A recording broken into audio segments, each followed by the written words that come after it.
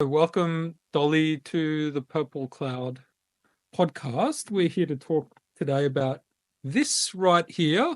You got a copy as well? I also have one. Awesome. Exercise prescription in Sui China.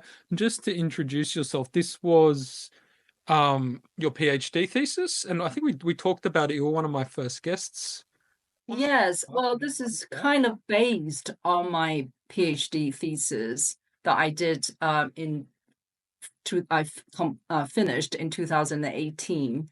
And but this, I think I would say, is quite different from my PhD thesis, because this, when I wrote this book, is essentially, I have in my mind that this is going to be a book for practitioners rather than a book for scholars and researchers. So I think that's quite a big difference. And therefore, in this book, you'll find there are a lot of illustrations, because the emphasis is on looking at these Daoyin exercises, which is an amazing resource from this 7th century Chinese medical text. And that is the main text of my PhD thesis. And therefore, yeah, I do. Sorry. A little bit about the Daoyin exercises for anyone who doesn't know what that means before we get to. Sure. So Daoyin is almost like a precursor, if you like, of Qigong and Tai Chi, the modern sort of Qigong and Tai Chi practices. In the ancient time, is called Daoyin, literally means guiding and pulling. And these type of exercises, they were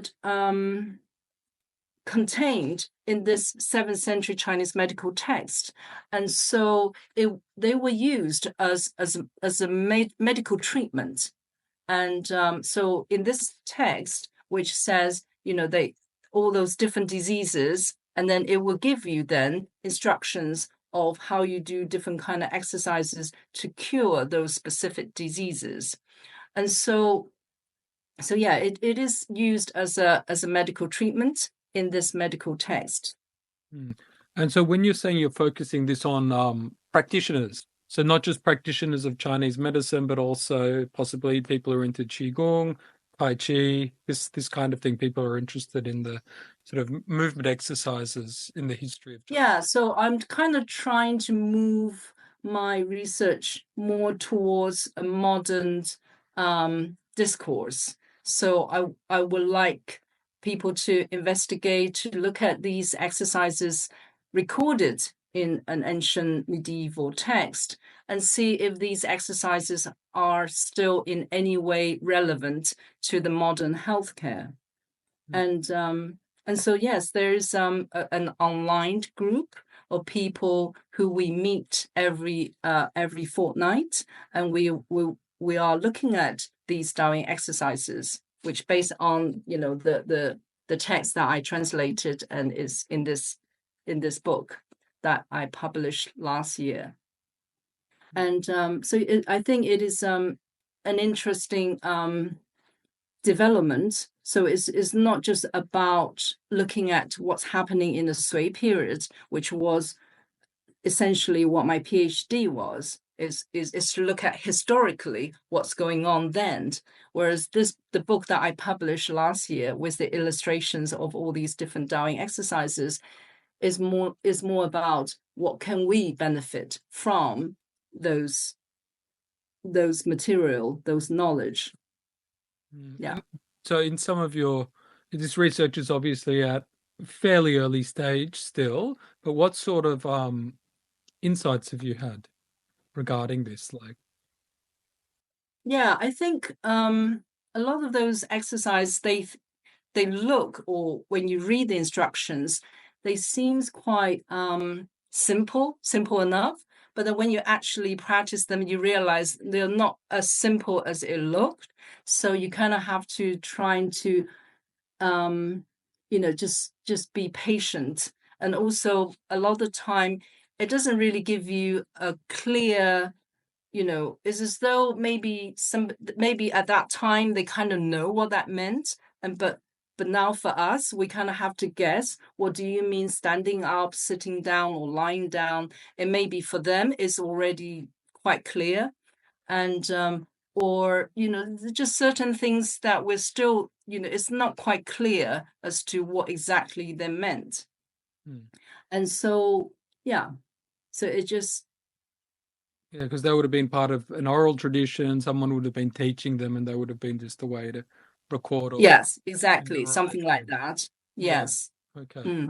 Have there any specific exercises that you found difficult or had some insight into, or anything like that?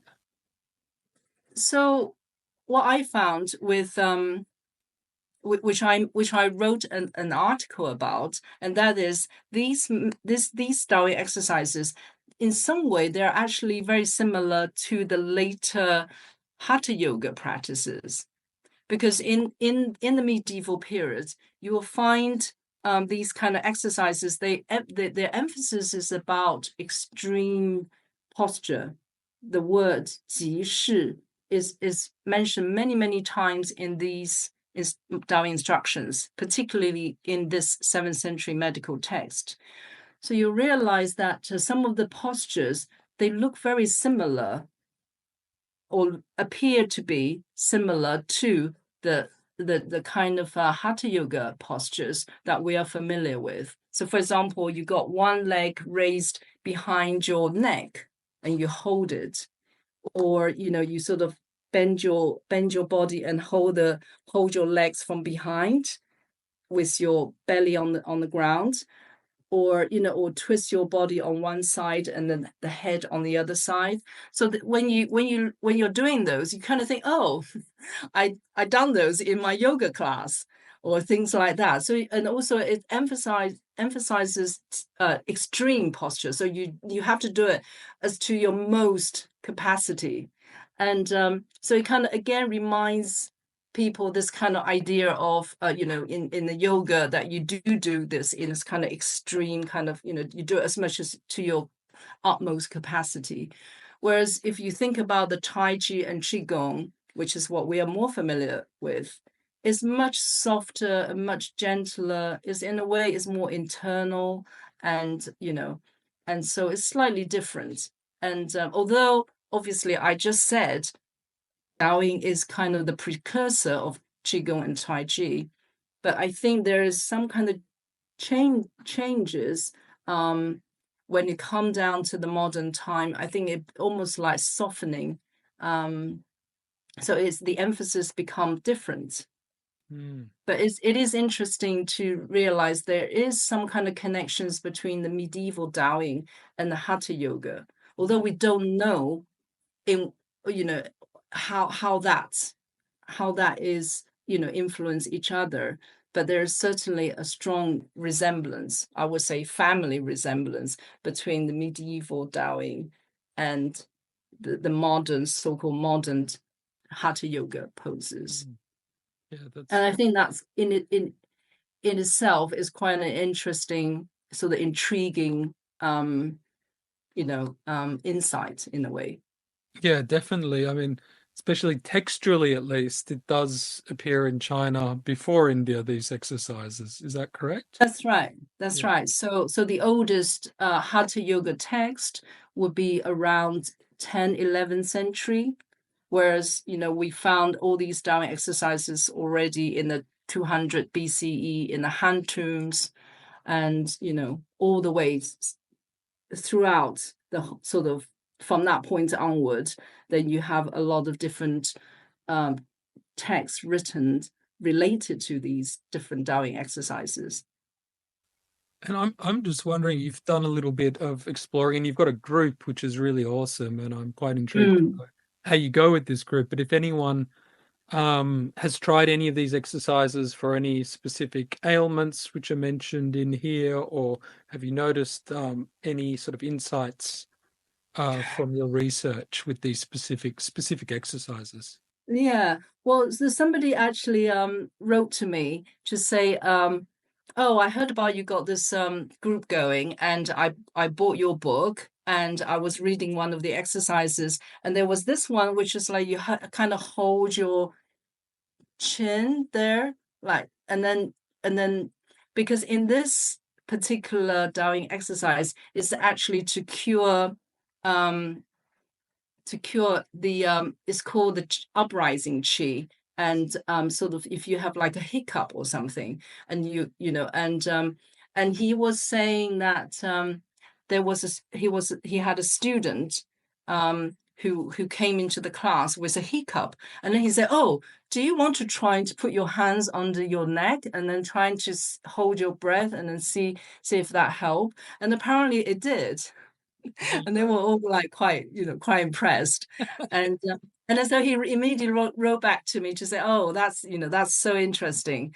And so yeah, I mean, I also have another person told me that now he has attended my online classes. We done it 3 times now, and he said he started to incorporate some of the exercises into his morning routine. Mm. And even when we were doing actual on the access in on the online class, after we done, because we read the text and then we go and do the exercises, and then we come back and discuss and to say, oh, how do you feel, did you feel anything? And quite interestingly, you'll find there are immediate effect. So for example, there is an exercise whereby you bring your arms up, palms up, and then you turn your chin, pull your chin and turn to the sides. And then you do that again with the other way, the other arms up and turn, hold your chin and turn it to the other side. And you just keep doing that left and right. Yeah. After a while, they said, gosh, they feel like they can turn their neck much further, a lot looser. I mean, yes, logically it does, it makes sense. But then until you actually do it, you realize there is an immediate effect on that, on your neck. Mm. And so yeah, things like that, it does feels like, wow, it's interesting. Mm. And so yeah, we are sort of gradually discover things which you just think, yeah, it's very simple and also logical exercises, and now we can do them. We can incorporate them into our daily practices. And you mentioned as well about this breath holding, and this is a big part of a lot of the exercises, and Yeah. kind of come into popular consciousness again now with the Wim Hof type stuff, because Oh, yes, that's right. they do a lot of that sort of stuff as well. But do you have Yeah. any insights as to how that might work or how that might change these exercises? Yeah, I think in this text, it's definitely mentioned there's quite a lot of exercises you do it with you hold your breath, and it tend to be hold your breath and moving chi.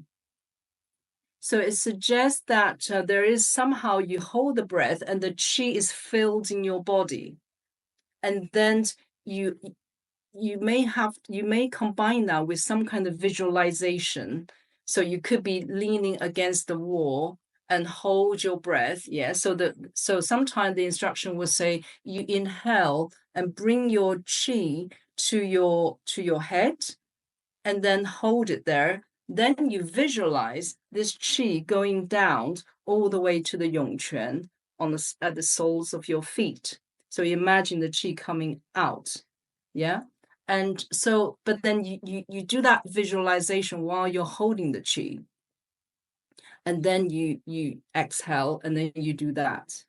So this idea of holding chi is definitely a very important technique in treating a lot of different ailments in this text. It's almost saying that you hold your chi and also you visualize where the pain is or where the blockage is, and then you bring it out to maybe through the soles of your feet or the toes, or so it gives you that kind of instructions as well. Hmm. Joe, like the only thing one of the things I can think of regarding the holding the breath is that it increases like the pressure in the body when you do it. Mm. It's sort of the pressure, the kind of the air pressure in the body will increase. Um, Yes. and I'm wondering how that, if that factors into these sort of purported healing mechanisms. I mean, there's also the one I've done some breath holding practices in a Qigong system, and it was always explained to me like it's kind of like fasting for your like fasting Mm, for oxygen, that you kind of develop a way to become more efficient with the gas exchange of the body, but that right. doesn't seem to be the rationale here, and that's maybe a bit more of a contemporary rationale to it. Yeah, well, I You know? mean, it doesn't really explain very much why, Mm, why you do it holding your breath in these texts.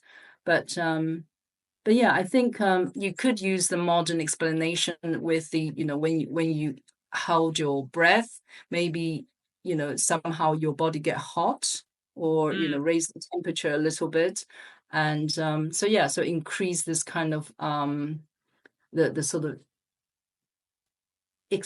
of survival instincts mm. and sort of kicks in as well. Because sometimes they prescribe it to induce a sweat, don't they? Maybe not in this book, but I think I've read somewhere there's techniques of holding the breath until you start to have a sweat, and then it functions Yes, that's like right. more It like is a in this calm. text. It is in this text. Okay. It is in this text. Couldn't So remember this where is, I read it. yeah, so the one that so this one which is curing headache. So Yes. if you have Okay. a headache, Yeah. apparently you just hold so you just lie, comfortably and then just hold your breath and then you just keep doing that until you get very hot and sweat. Mm, yeah. Yeah. So Be like taking a Guizhi tongue or a Ma Huang tongue in the Chinese, yeah, that's right. get this Yeah. this Mm, sweat kind of going. So mm, it's very interesting. yeah. But Yeah. also, there's a different kind of breathing exercises in Zhubi Holland. So there's one which it tells you how you breathe. So 一吸, so it's one breath. So the way you take this one breath in Zhubi Holland in the 7th century Chinese medical text, which explains very clearly that you take it as 5 or 6 breaths, in breath. Then you hold, then you exhale very, very slowly. And it says don't let the inhalation and exhalation to be heard. So obviously you do that very quietly and very slowly. Yeah. So when it says you breathe in, take 5 or 6 in breath, and then you hold and then you exhale, it's really encouraging this deep breathing. So that's one breath. And then it tells you that you increase that to the 10 breaths and then to 100 breaths. And, so basically the more you can do, the better. Hmm. Do you remember what that one was for? That appeared earlier on in the Okay. wind disorder. In And disorders. yeah, Okay. it's related to wind disorder. Okay. Mm. Yeah. Well, that's really interesting, and we But should. it kind of, in a way, it tells you because then later on it tells you to take 7 breaths or how many breaths tend to be 7. Hmm. Then you know how that breath what you need to do. Yeah, what how you actually do that breathing exercise. So that's quite helpful. That's really interesting, and we should talk a little bit about the fantastic illustrations in here, Hmm. which were Yeah, there. I mean, I just really think the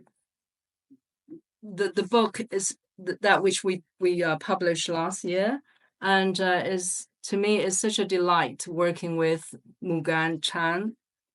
Hmm. So she's the illustrator, and I mean she's just such a talented artist, and it would really bring a lot of these exercises to light. Exactly. Yeah. So yeah, I mean, really, when I look at these illustrations, I just I'm gonna have a go. I'm gonna try it and see, see how you do them. So yeah, I mean, that's exactly the idea is to encourage people to not just looking at the, the translations, but hey, try those Yeah. exercises and see how you feel. Because really, once you start to practice them, you're beginning to develop some kind of sort of bodily awareness or insights that you don't know that you have. And then you suddenly realize, oh, right, it kind of makes me feel like this, or I kind of, your body will tell you, will give you some message. And yeah, so I think that's kind of very interesting to bring things into practice and then feedback to become knowledge again. So you have that kind of circular movement going on with, with the understanding, but with the practice. So they kind of help each other in a way. And were you guys trying these exercises out while you were working out the illustrations exactly? Yeah. So when I was working on this book with Mugan, it was during COVID period. And she was at that time living in New York, and I was based in West Wales, where I still live. And so yeah, we met up maybe like once a month or twice a month, and we went through each and every exercises. And so normally I would tell her this is what I would do, and then I said I would take pictures of what I think these exercises are, and then we went through the instructions, and and then if she had any questions, she would say, oh, but could it be like this? Could it be, because she was also very interested in how that the exercises could be like. And so yeah, we had some discussions, and obvious at that time we got maybe a couple books which are written in Chinese, and they were also have some sort of illustrations about these exercises. And then when we look at them, we say, no, we don't think it looks like that. And so we have our own rationales as to what we think these exercises should look like. And but then again, it already we realize that this is still our own interpretations. Is definitely not definitive. Hence this online group, which we can bring more people to look at these exercises again, to say, hey, these are what we have the thing what we have understood, and we have illustrated those exercises as well. But it may be different. When you come and look at it, you might have a different understanding or different insights, and that would definitely enrich the knowledge of these materials. Yeah, it must be really nice having another person, but multiple people especially, to bounce these ideas off, because Yeah, Chinese so for isn't me, always clear. yeah, exactly. So I started with my PhD thesis when I when I had to translate those materials. I had my Tai Chi teacher that worked with me. So I translated it, and then I show it to her, and then she said, okay, so how do we do this exercise? So that she kind of was helping me, at that time. But it was purely about how to make the translations sort of understandable for a practitioner. And I wanted to make sure then already that I wanted a practitioner could kind of understand what I was trying to translate. And but that was then. Then when we were trying to produce this book, which I have the practitioners in mind, and I was working with Mugan, the illustrator. We definitely wanted to makes it very visual to give our interpretations. So at that time it was still kind of one-to-one. We're trying to work out how these exercises are like. And now times move on again. We now have got a group of people who are now looking at these exercises, and quite a lot of them are practitioners of Chinese medicines, as well as people who are practicing Tai Chi and Qigong. And so it's just great, wonderful people who really will, sort of have wanting to investigate this text with me, which I'm really, really grateful. And it's really has been really wonderful. That's awesome. And yeah, I'm wondering, do you have a favorite exercise in the book, or maybe one that you find really interesting or surprising or something like that? Yeah, so there's this exercise which I loved right from the beginning, it's actually now incorporated into my Qigong class because I run Qigong and Tai Chi classes locally as well. And with my Qigong class, I incorporated this particular exercise from 朱炳元后论 into sort of the routine warm up exercises. And this one's basically you raise both arms and you look up and you turn your head from side to side. So you're just looking at the ceiling and your shoulders are raised. And then you just relax. After you do it for a few times, you realize the back of your neck is just completely relaxed. And I found that just so effective, especially, nowadays we spend so much time in front of computer, and then you could just spend a couple minutes, just raise your shoulders and look up and just turn your head from side to side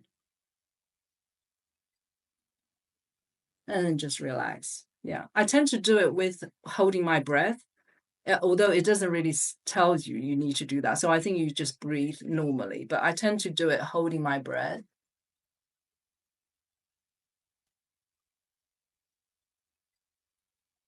And then just exhale and relax. And so that's what I teach in my class as well, which I think is a lovely thing to do. Yeah, it sounds like something everyone should be doing every 30 minutes after. 30 minutes, yeah, after they Computer. stare too long in front of the Oh, computer. Yeah. that's, I definitely think it's very effective. So that's fantastic. Well, thanks for sharing that. Um, you're very welcome. is there any classes you want to tell anyone about, or any sort of programs you're running? Well, I mean, this online group, which we meet every other Saturday, is 1 p.m. New York time. And hopefully that suits quite a lot of people living in a different time zone. So for me, it's 6 p.m. in the UK. And we meet up for like 2 hours. And we, basically just go through the exercises from the book that I published last year with Mugan. And if anybody would like to join, I will be delighted. And basically, you just need to buy this book because we're using it as a textbook, going looking at through the translation, and we go through it page by page. So it's much easier if you do have the book. So then we can just say, oh, we're going to start from page 75. This is Yuan, section 17, symptoms of B and lack of movement in the limbs caused by wind. And we start reading the instructions and trying to do those exercises together. So it will be. Anybody want to join? Please. Well, they need to get in touch with the Daoyin is a Taoist arts international organizations, I think, or organization is I can't remember their full name. But anyway, so they are the one who has been facilitating this online session for me, which is really wonderful. And so it's Robert Coons that they need to be in touch, who is the main organizer of this Daoyi, DAOI organization. Oh, DAOI, that's right. Okay, great. Yeah, Daoyin. All right. Well, thanks for that, Dolly. Yeah, we can put a link or something so that send me a link and people I'll put can. it in the show notes and people can. Yeah, that would be great. Yeah, fantastic. Well, thanks for that, Dolly. And yeah, No I problem. recommend this book. It's really, there's not much like it out there. It's kind of one of a kind in the field, and it crosses over from Chinese. Yeah. Yeah, I'm really, really, really happy with this book. I mean, I don't think the translation is all that good. I mean, there's definitely room for improvement, but the illustrations are definitely worth the penny, buying this book. And also look, the cover design is so beautiful.